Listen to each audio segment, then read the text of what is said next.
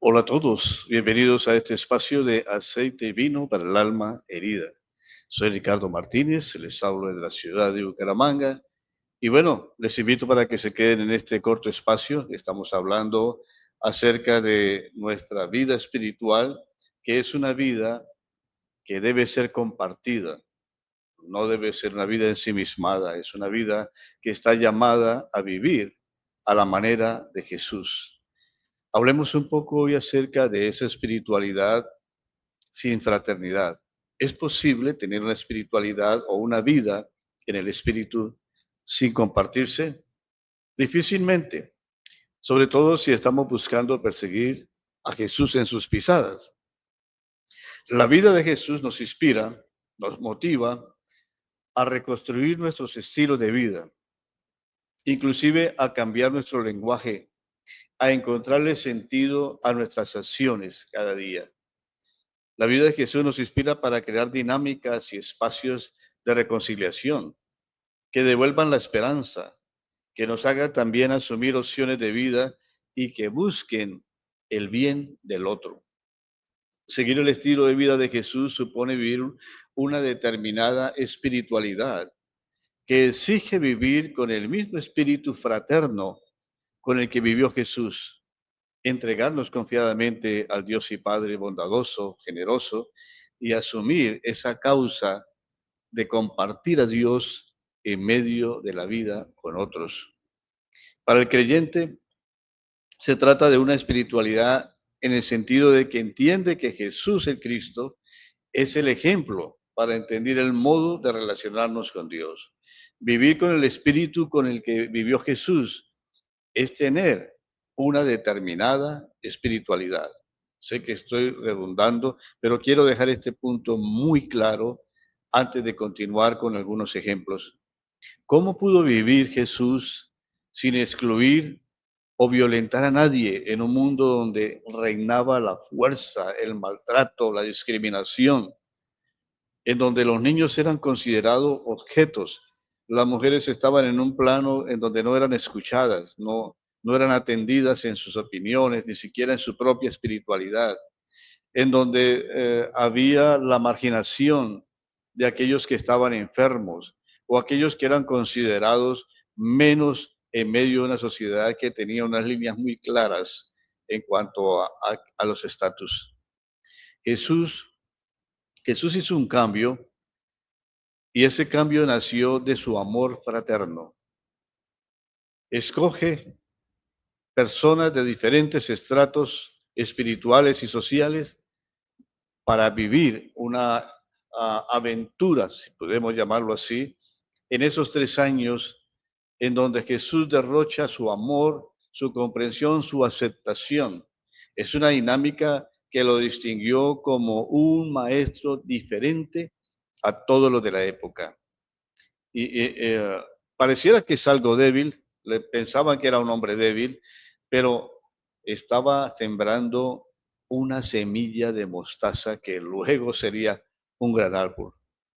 Jesús asumió ese camino y logró hacer que renaciera la esperanza, sanar los corazones agobiados. Era un hombre creíble, era un hombre que atraía. Él tenía una libertad y expresada en las acciones y esa libertad liberaba a otros. Los liberaba de los miedos, de los temores, los liberaba del agotamiento, del ensimismamiento, de la indolencia, porque como dice el Espíritu Santo luego en las palabras, en la pluma del apóstol Pablo, donde está el Espíritu del Señor, allí hay libertad. Segunda de Corintios 3:17. Sabemos que Jesús tal vez no podía solucionar los problemas que tenían. Es que esa no era la pretensión de Jesús. Lo que Jesús le brindaba era la posibilidad de ver la vida de un modo nuevo, ofreciéndoles el ejemplo de quien vivía ya una libertad liberada y de ese modo les mostraba que ellos también podían vivir así. Jesús les dice, les dejo la paz, mi propia paz, la que les doy. No se la doy como el mundo la da. no se preocupen, no tengan miedo. Esas expresiones de Jesús resultaban ser un detonante en la libertad interior de las personas. Y esto nos pone también a nosotros en un reto, el querer el bienestar del otro. Un reto que no es fácil hoy en día, porque vivimos en una especie de supervivencia. Tenemos que lograr metas, tenemos que sobrevivir, y eso hace que muchas veces se pase por encima del otro, se maltrate al otro, se discrimine al otro. El propio bienestar no es un bienestar solidario, es más bien algo que produce dolor. La práctica de la fraternidad se construye mediante acciones concretas que sanen necesidades reales, nunca necesidades triviales. Por lo menos así lo dejó ver Jesús al expresar, tuve hambre y no me diste de comer, tuve sed y no me diste de beber, era forastero y no me acogisteis, estaba desnudo y no me vestisteis, enfermo y en la cárcel y no me visitasteis. Mateo 25, 42 y 43. Es que esto supone una conversión con respecto al prójimo. El otro no es un simple objeto de lástima o limosnas. La clave de la fraternidad no está en darle algo, sino en acercarnos y hacerlo próximo a nosotros. De ahí viene la palabra prójimo también. Cercano a mi existencia, dejarle entrar en mi espacio y juntos crear algo nuevo donde ambos nos permita crecer, ese espacio donde podamos crecer. Fue lo que hizo el samaritano al ver al hombre allí en el camino, maltratado. Es tomarlo, es ponerlo en su cabalgadura, es ponerle aceite y vino en las heridas, es dejarlo al cuidado de otro. A veces podemos estar orando al Dios que no es el Dios de Jesús. Cuando estamos apáticos y alejados del bienestar de otra persona, no estamos en armonía con el Dios y Padre que Jesús expresaba y al cual él oraba.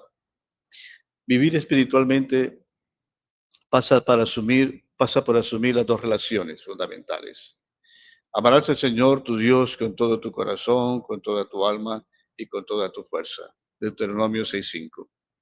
Y Levítico 18:19. Amarás al prójimo como a ti mismo. ¿Saben algo? Jesús invierte estas dos. Jesús entiende que la práctica del amor convierte al otro en alguien muy cercano para encontrar el amor de Dios. No puedes decir que amas al Dios que no ve, sino amas a tu hermano a quien puedes ver.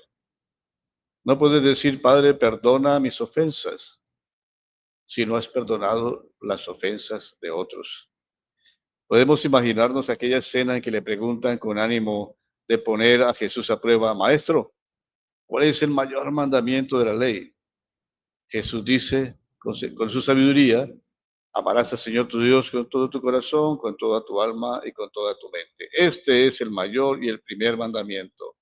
El segundo es semejante a este. Amarás a tu prójimo como a ti mismo. De estos dos mandamientos pende toda la ley y los profetas. Jesús une, fusiona, hace una amalgama de esos dos mandamientos y dice son uno solo. Esto cuesta. A Pablo le costó entender esa lección, porque antes de ser un apóstol era un perseguidor del prójimo, cegado y cerrado a un fanatismo de la ley. A nosotros nos dificulta también muchas veces despojarnos de pensar solo en nosotros mismos. Pablo tuvo que aprender y ver a tratar al otro como un hermano. Ese era el reto y le costó toda una vida. Pero cuando lo comprendió, que su vocación era la de vivir en la fraternidad y mostrar al Señor, al Dios al que él ahora recupera esa imagen que estaba perdida, distorsionada, desfigurada antes, entonces él entiende que hay una plenitud. Escribe a los colosenses estas palabras, capítulo 3, versículo 11 y 12. Ahora se acabaron las diferencias entre los judíos y los que no son judíos, entre los que tienen la circuncisión y los que no la tienen. Ya no importa ser inculto, bárbaro, esclavo o libre. Cristo está en todos y Él es el único que importa. Qué palabras que deben marcar nuestras vidas en cuanto a la relación nueva en lo que llamamos la comunidad de Cristo, la iglesia. Dios los escogió y los hizo su pueblo santo porque los ama, dice Pedro. Vivan siempre con compasión, con bondad, con humildad, con gentileza, con mucha paciencia, lo reitera el apóstol Pablo. Asumir al otro como hermano es pues la medida de cualquier espiritualidad y la altura también de esa propia humanidad que Dios ha rescatado en el hombre a través de la humanidad de Jesús. Sin la fraternidad como un modelo de vida y meta de un proceso de crecimiento, no puede existir una espiritualidad sana ni fecunda. Gracias por atender este breve tema. Puede compartirlo con aquel que usted crea que puede ser bendecido, animado en esta palabra. Y bueno, mientras pasa el día, estemos contentos en el Señor.